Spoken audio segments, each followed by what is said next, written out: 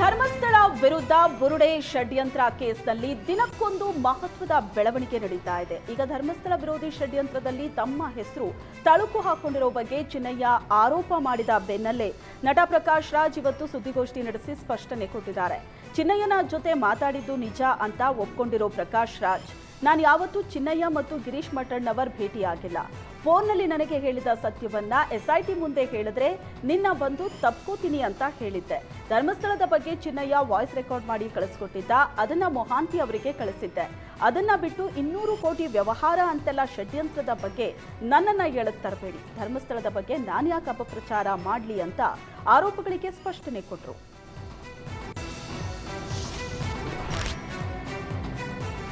ಧರ್ಮಸ್ಥಳ ವಿರೋಧಿ ಷಡ್ಯಂತ್ರದಲ್ಲಿ ತಮ್ಮ ಹೆಸರು ತಳಕು ಹಾಕಿಕೊಂಡಿದ್ದಕ್ಕೆ ಒಂದೆಡೆ ಪ್ರಕಾಶ್ ಸ್ಪಷ್ಟನೆ ಕೊಡಲು ಮುಂದಾದರೆ, ಅತ್ತ ಧರ್ಮಸ್ಥಳ ಪರ ಧರ್ಮಸ್ಥಳ ಪುಣ್ಯಕ್ಷೇತ್ರ ಸಂರಕ್ಷಣಾ ಸಮಿತಿ ಪ್ರೆಸ್ ಮೀಟ್ ನಡೆಸಿ ಪ್ರಕಾಶ್ ರಾಜರನ್ನ ಎಸ್ಐಟಿ ತನಿಖೆಗೆ ಒಳಪಡಿಸುವಂತೆ ಆಗ್ರಹಿಸಿದ್ದಾರೆ.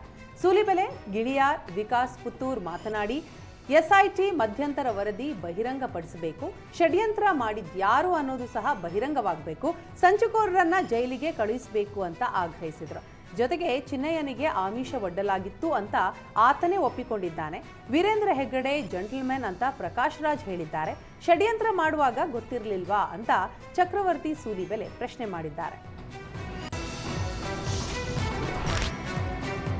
ಮಹಾಲಿಂಗಪುರದಲ್ಲಿ ವಿದ್ಯುತ್ ನಿಗಮಗಳ ಖಾಸಗೀಕರಣ ಖಂಡಿಸಿ ರೈತರು, ನೇಕಾರರು ಸೇರಿ ವಿವಿಧ ಸಂಘಟನೆಗಳು ಪ್ರತಿಭಟನೆ ನಡೆಸಿವೆ. ಬಾಗಲಕೋಟೆ ಜಿಲ್ಲೆಯ ಮಹಾಲಿಂಗಪುರ ಪಟ್ಟಣದಲ್ಲಿ ಪಟ್ಟಣದ ಹೆಸ್ಕಾಂ ಕಚೇರಿಯ ಎದುರು ಪ್ರತಿಭಟನೆ ನಡೆಸಿ ವಿದ್ಯುತ್ ನಿಗಮ ಖಾಸಗೀಕರಣ ಕೈಬಿಡಬೇಕು ಅಂತ ಆಗ್ರಹಿಸಿದ್ರು. ಪ್ರತಿಭಟನೆಯಲ್ಲಿ ಬಿಜೆಪಿ ಶಾಸಕ ಸಿದ್ದು ಸವದಿ ಮತ್ತು ಆಮ್ ಆದ್ಮಿ ಮುಖಂಡ ಅರ್ಜುನ್ ಹಲಗಿಗೌಡರ್ ಭಾಗಿಯಾಗಿದ್ರು. ಅರ್ಜುನ್ ಹಲಗಿಗೌಡರ್ ಭಾಷಣದ ವೇಳೆ ಖಾಸಗೀಕರಣಕ್ಕೆ ರಾಜ್ಯ ಸರ್ಕಾರದ ಜೊತೆ ಕೇಂದ್ರ ಸರ್ಕಾರವು ಸಾಥ್ ನೀಡುತ್ತಿದೆ ಅಂತ ಆರೋಪಿಸಿದ್ರು. ಇದಕ್ಕೆ ಬಿಜೆಪಿ ಶಾಸಕ ಸಿದ್ದು ಸವದಿ ಆಕ್ಷೇಪ ವ್ಯಕ್ತಪಡಿಸಿದ್ರು. ಪ್ರತಿಭಟನೆ ವೇಳೆ ಹೋರಾಟಗಾರರು ಹಾಗೂ ಬಿಜೆಪಿಗರ ಮಧ್ಯೆ ಮಾತಿನ ಚಕಮಕಿ, ತಳ್ಳಾಟ, ನೂಕಾಟ ನಡೆದು ಭಾರೀ ಹೈಡ್ರಾಮವೇ ಸೃಷ್ಟಿಯಾಗಿತ್ತು.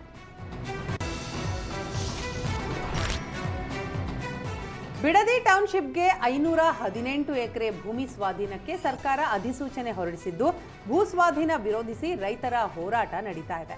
ಇನ್ನು ರೈತರ ಹೋರಾಟಕ್ಕೆ ಬಿಜೆಪಿ ಬೆಂಬಲ ನೀಡಿದ್ದು, ಬಿಡದಿ ಹಳ್ಳಿಗಳಿಗೆ ಬಿಜೆಪಿ ನಿಯೋಗ ಭೇಟಿ ನೀಡಿ ರೈತರ ಜೊತೆ, ನಾಯಕರ ಜೊತೆ ಚರ್ಚೆ ನಡೆಸಿದ್ದಾರೆ. ಆರ್ ಅಶೋಕ್, ಛಲವಾದಿ ನಾರಾಯಣಸ್ವಾಮಿ, ಅಶ್ವಥ್ ನಾರಾಯಣ್ ನೇತೃತ್ವದ ನಿಯೋಗ ಬಿಡದಿ ಟೌನ್ಶಿಪ್ ವ್ಯಾಪ್ತಿಯ ಗ್ರಾಮಗಳಲ್ಲಿ ರೈತರನ್ನ ಭೇಟಿಯಾಗಿ ಸರ್ಕಾರದ ವಿರುದ್ಧ ಹೋರಾಟಕ್ಕೆ ಬಿಜೆಪಿ ಬೆಂಬಲ ನೀಡೋದಾಗಿ ತಿಳಿಸಿದರು.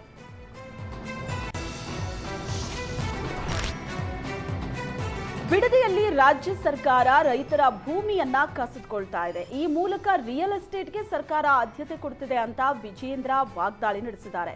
ಸರ್ಕಾರ ಬಡವರಿಗೆ ಮನೆ ಕಟ್ಕೊಡೋ ಬದಲು ಅವರ ಜಮೀನನ್ನೇ ಕಸಿದುಕೊಳ್ತಾ ಇದೆ. ಅಲ್ಲದೆ ಕಾಂಗ್ರೆಸ್ನವರು ನನ್ನ ವಿರುದ್ಧ ಪೋಸ್ಟರ್ ಆಂದೋಲನ ಮಾಡುತ್ತಿದ್ದಾರೆ. ಆದರೆ ಗೊಡ್ಡು ಬೆದರಿಕೆಗೆ ಹೆದರೋದಕ್ಕೆ ನಾವು ಕಾಂಗ್ರೆಸ್ಸಿನ ಶಾಸಕರಲ್ಲ, ಏನೇ ಆದರೂ ರೈತರ ಪರ ನಿಲ್ತೀವಿ ಅಂತ ವಿಜೇಂದ್ರ ಹೇಳಿದರು.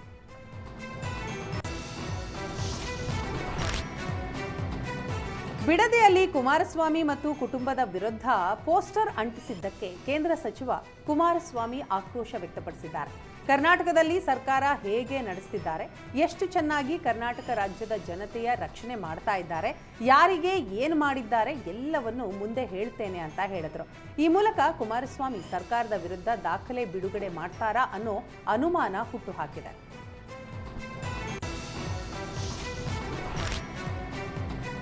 ನಾಳೆ ವಿಧಾನ ಪರಿಷತ್ನ 7 ಸ್ಥಾನಗಳಿಗೆ ಚುನಾವಣೆ ನಡೆಯಲಿದ್ದು, ಪರಿಷತ್ 5ನೇ ಅಭ್ಯರ್ಥಿ ಗೆಲ್ಲಿಸಿಕೊಳ್ಳುವುದಕ್ಕೆ ಕಾಂಗ್ರೆಸ್ ರಣತಂತ್ರ ರೂಪಿಸಿದೆ. ನಿನ್ನೆಯಿಂದ ಬಿಡದಿಯ ವಂಡರ್ಲಾ ರೆಸಾರ್ಟ್ನಲ್ಲಿ ಕಾಂಗ್ರೆಸ್ನ ಶಾಸಕರು ವಾಸ್ತವ್ಯ ಹೂಡಿದ್ದಾರೆ. ಯಾವ ಶಾಸಕರು ಯಾರಿಗೆ ಮತ ಚಲಾಯಿಸಬೇಕು ಅಂತ ಸಿದ್ಧತೆ ಮಾಡಿಕೊಳ್ಳಲಾಗಿದ್ದು, ಮತದಾನದಲ್ಲಿ ಲೋಪ ಆಗದಂತೆ ಶಾಸಕರಿಗೆ ತರಬೇತಿ ಕೊಡಲಾಗಿದೆ. ಹೊಸ ಶಾಸಕರಿಗೆ ರೆಸಾರ್ಟ್ನಲ್ಲಿ ಅಣುಕು ಮತದಾನ ಶಿಬಿರ ಏರ್ಪಡಿಸಲಾಗಿತ್ತು. ಇನ್ನು ಬಿಜೆಪಿ ಉಚ್ಚಾಟಿತರಿಗೆ ಕಾಂಗ್ರೆಸ್ ಗಾಳ ಹಾಕ್ತಾ ಇದ್ದು, ಎಸ್ಟಿ ಸೋಮಶೇಖರ್, ಶಿವರಾಮ್ ಹೆಬ್ಬಾರ್ ಜೊತೆ ಚರ್ಚೆ ನಡೆಸಿದೆ. ಇನ್ನು ನಾಯಕರು ಕಾಂಗ್ರೆಸ್ ಅಭ್ಯರ್ಥಿಗೆ ಮತ ಹಾಕುವ ವಿಶ್ವಾಸ ಇದೆ.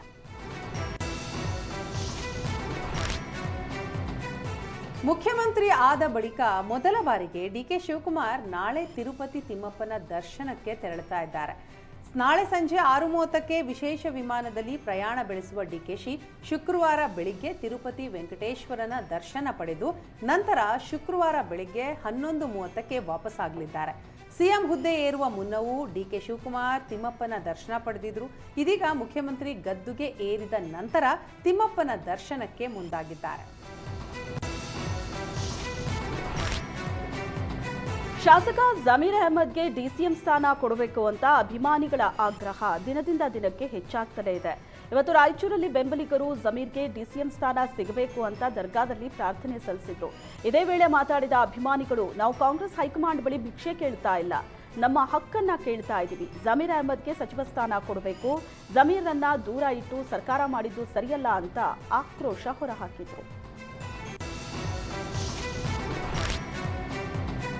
ಮೊದಲ ಪಟ್ಟಿಯಲ್ಲಿ ಶಾಸಕ ಪ್ರಸಾದ್ ಅಬ್ಬಯ್ಯಗೆ ಸಚಿವ ಸ್ಥಾನ ಕೈತಪ್ಪಿದ್ದು, ಎರಡನೆಯ ಪಟ್ಟಿಯಲ್ಲಾದರೂ ಸಚಿವ ಸ್ಥಾನ ನೀಡುವಂತೆ ಬೆಂಬಲಿಗರು ಆಗ್ರಹಿಸಿದರು.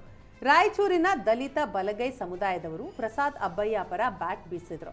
ಅಲ್ಲದೆ ಡಿಕೆಶಿ ಸಂಪುಟದಲ್ಲಿ ಶಾಸಕ ಪ್ರಸಾದ್ ಅಬ್ಬಯ್ಯಗೆ ಸಚಿವ ಸ್ಥಾನ ನೀಡಬೇಕು ಅಂತ ಪಟ್ಟು ಹಿಡಿದರು. ಪ್ರಸಾದ್ ಅಬ್ಬಯ್ಯ 3 ಬಾರಿ ಶಾಸಕರಾಗಿದ್ದವರು.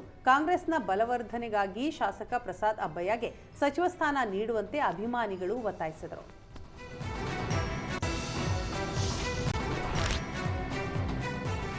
ಕಬ್ಬನ್ ಪಾರ್ಕ್ ಸಂಚಾರ ಪೊಲೀಸ್ ಠಾಣಾ ವ್ಯಾಪ್ತಿಯ ಕಾಫಿ ಬೋರ್ಡ್ ಸಿಗ್ನಲ್ ಬಳಿ ಆಟೋ ಪಲ್ಟಿಯಾಗಿದೆ. ಮುಂದೆ ಹೋಗ್ತಾ ಇದ್ದ ವಾಹನಗಳು ಸಡನ್ ಆಗಿ ಬ್ರೇಕ್ ಹಾಕಿದ ಪರಿಣಾಮ ಆಟೋ ಚಾಲಕನ ನಿಯಂತ್ರಣ ತಪ್ಪಿದ್ದು ಏಕಾಏಕಿ ಪಲ್ಟಿಯಾಗಿದೆ. ಘಟನೆಯಲ್ಲಿ ಆಟೋ ಚಾಲಕ ಸೇರಿ 2 ಪ್ರಯಾಣಿಕರಿಗೆ ಗಾಯವಾಗಿದ್ದು ತಕ್ಷಣ ಆಸ್ಪತ್ರೆಗೆ ಸೇರಿಸಲಾಗಿದೆ.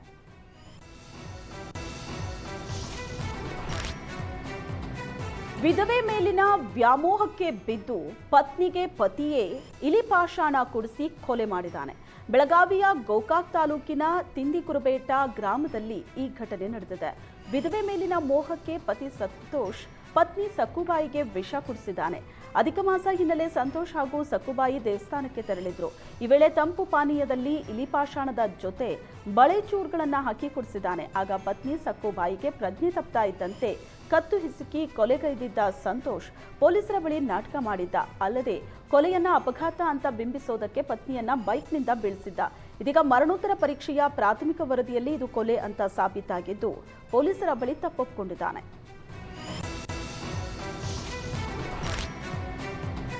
ರಾಜ್ಯದಲ್ಲಿ ಮುಂಗಾರು ಮಳೆ ದುರ್ಬಲಗೊಂಡಿದ್ದು 5-6 ಜಿಲ್ಲೆಗಳಿಗೆ ನೀರು ಒದಗಿಸುವ ಹೇಮಾವತಿ ಒಡಲು ದಿನದಿಂದ ದಿನಕ್ಕೆ ಬರಿದಾಗ್ತಾ ಇದೆ. ಹೀಗಾಗಿ ಇದೇ ನೀರನ್ನ ನಂಬಿ ಬದುಕ್ತಾ ಇರುವವರು ಆತಂಕದಲ್ಲಿದ್ದಾರೆ. ಮಳೆ ಬಂದ್ರೆ ಸಾಕಪ್ಪ ಎನ್ನುವಂತಾಗಿದೆ. ಹಾಸನ ಜಿಲ್ಲೆಯ ಸಕಲೇಶಪುರ, ಬೇಲೂರು ಹಾಗೂ ಚಿಕ್ಕಮಗಳೂರು ಜಿಲ್ಲೆಯ ಮೂಡಿಗೆರೆ ಭಾಗದಲ್ಲಿ ಮಳೆ ಸುರಿದರೆ ತುಂಬಿ ಹರಿತಾ ಇದ್ದ ಹೇಮಾವತಿ ನದಿ ಜಲಾಶಯಕ್ಕೆ ನೀರು ತುಂಬಿಸ್ತಾ ಇತ್ತು. ಆದರೆ ಈ ವರ್ಷ ಮುಂಗಾರು ಮಳೆಯ ತೀವ್ರ ಕೊರತೆ ಬರದ ಛಾಯೆ ಮೂಡಿಸಿದೆ. 37 ಟಿಎಂಸಿ ಸಂಗ್ರಹ ಸಾಮರ್ಥ್ಯ ಹೊಂದಿರುವ ಗೆರೂರು ಸಮೀಪದ ಹೇಮಾವತಿ ಜಲಾಶಯದಲ್ಲಿ ಈಗ ಕೇವಲ 14 ಟಿಎಂಸಿ ನೀರು ಮಾತ್ರ ಲಭ್ಯ ಇದೆ. ಹೀಗಿದ್ದರೂ ಇದರಲ್ಲಿ ಬಳಕೆಗೆ ಯೋಗ್ಯ ನೀರು ಕೇವಲ 10 ಟಿಎಂಸಿ ಮಾತ್ರ. ಕಳೆದ ವರ್ಷ ಇದೇ ದಿನ ಜಲಾಶಯದಲ್ಲಿ ಬರೋಬ್ಬರಿ 25 ಟಿಎಂಸಿ ನೀರಿತ್ತು. 21 ಟಿಎಂಸಿ ನೀರು ಬಳಕೆಗೆ ಸಿಗುವಂತಿತ್ತು. ಹಾಸನ ಜಿಲ್ಲೆಯ ಹಲವು ತಾಲೂಕುಗಳಿಗೆ ಕುಡಿಯುವ ನೀರಿನ ಮೂಲ ಇದೇ ಜಲಾಶಯ. ಜೊತೆಗೆ ಮೈಸೂರು, ಮಂಡ್ಯ, ತುಮಕೂರು ಜಿಲ್ಲೆಯ ಲಕ್ಷಾಂತರ ರೈತರ ತುತ್ತಿನ ಚೀಲಕ್ಕೆ ಆಸರೆಯಾಗಿರುವ ಹೇಮಾವತಿ ಜಲಾಶಯ ಈ ವರ್ಷ ಖಾಲಿಯಾಗಿದ್ದು ಆತಂಕಕ್ಕೆ ಕಾರಣವಾಗಿದೆ.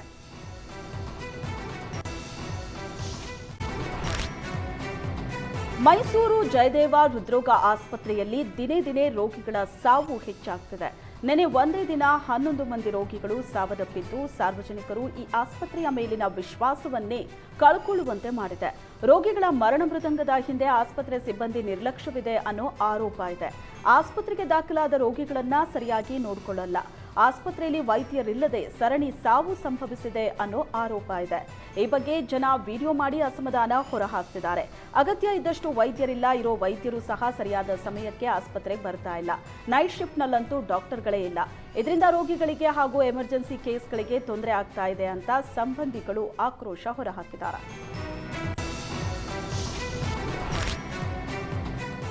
ಯುವಕನೋರ್ವ ತನ್ನ ಜೊತೆ ಇದ್ದ ಯುವತಿಯ ಕತ್ತು ಹಿಸುಕಿ ಕೊಲೆ ಮಾಡಿರೋ ಘಟನೆ ಬೆಂಗಳೂರಿನ ಮಲ್ಲೇಶ್ವರದಲ್ಲಿ ನಡೆದಿದೆ.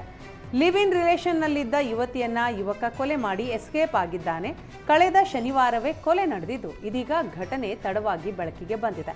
20 ವರ್ಷದ ಅನುಷಾ ಕೊಲೆಯಾಗಿದ್ದು ಆರೋಪಿಯನ್ನ 25 ವರ್ಷದ ಶರತ್ ಅಂತ ಗುರುತಿಸಲಾಗಿದೆ. ಇಬ್ಬರು ಹಾಸನ ಜಿಲ್ಲೆಯ ಸಕಲೇಶಪುರ ಮೂಲದವರು.